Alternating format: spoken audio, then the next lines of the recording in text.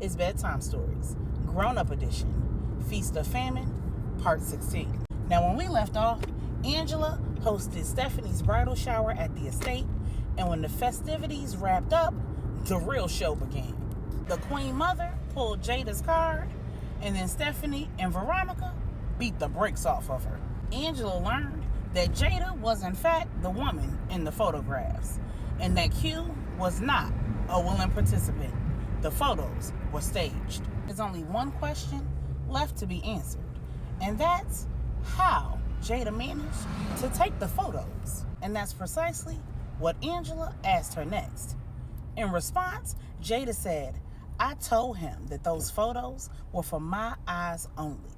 And again, like I said, we absolutely had." Angela cut her off and said, "Jada, cut it out. Get the hell out of my house. And I don't ever want to see you again. You need to be glad. Matter of fact, you need to thank God that I don't have a way to prove that Q is in these photographs against his will." Regina said, not so fast. That's where you're wrong, best friend." And the Queen Mother said, "Regina figured out that the woman in the photos was Jada by looking at the gaudy nails. And I figured out where the photos were taken because I recognized the furniture in the background." Then LJ had Q roll back the footage on his security system to the only day that Jada was ever in his house. Angela said, "The couple's night." Regina said, "Bingo." Then Regina's phone vibrated in her pocket. When she took it out, she looked up at Angela and said, "Q is at the door and he's ready to explain the rest if you're ready to listen."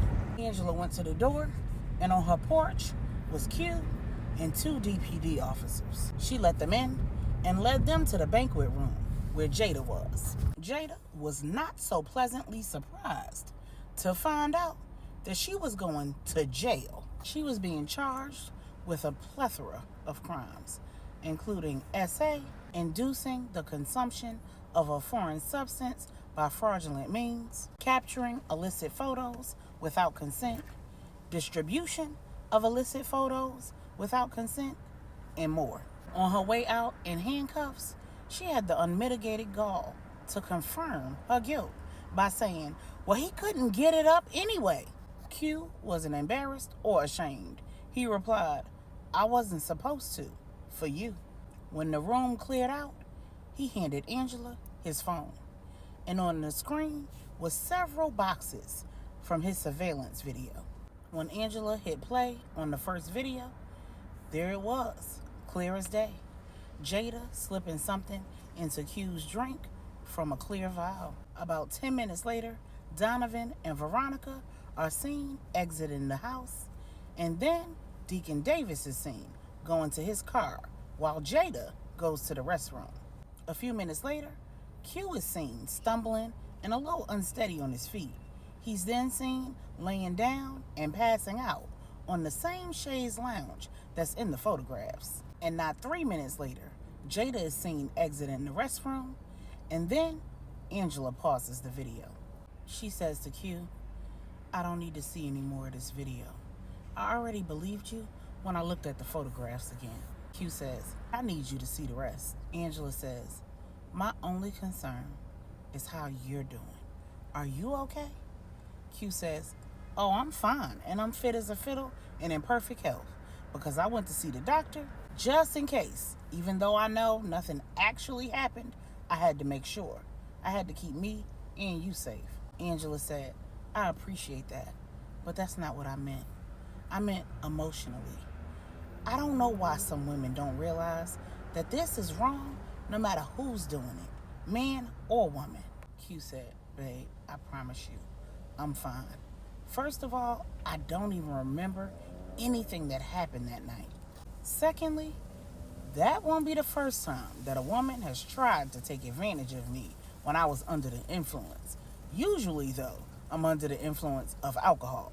The doctor doesn't know what particular drug Jada put in my drink, but they all pretty much work the same, and they work best with alcohol. Jada had no idea that it was cranberry juice and ginger ale in my cup.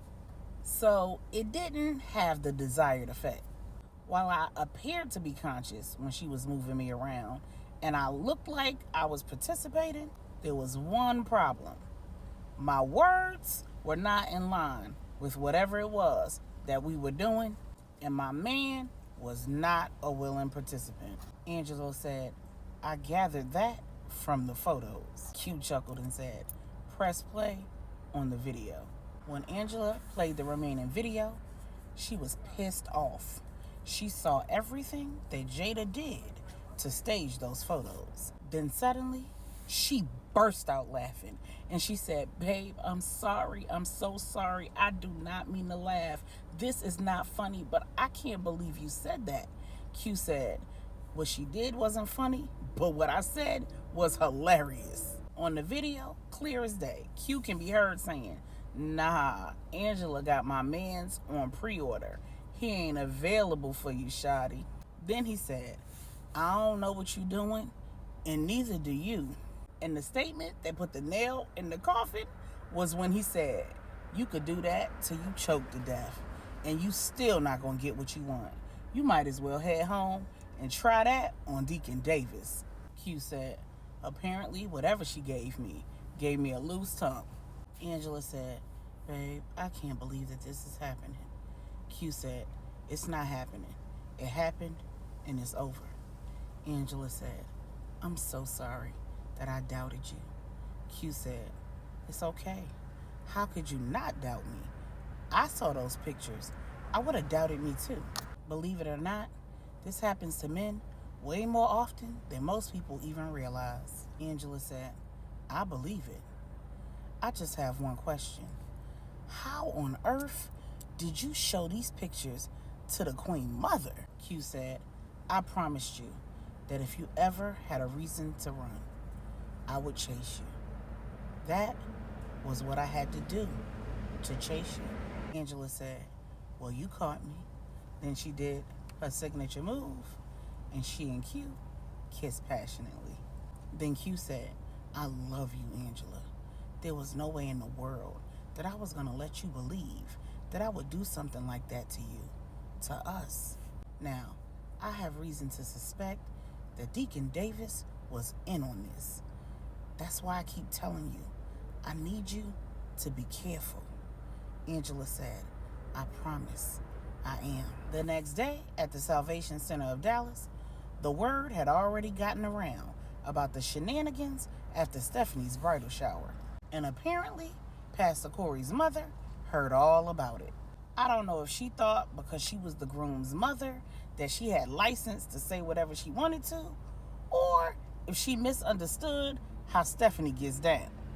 But she made the mistake of looking at Stephanie and saying, I don't know what my son sees in you, but if you plan to be a first lady, you need to learn how to behave like a woman of God.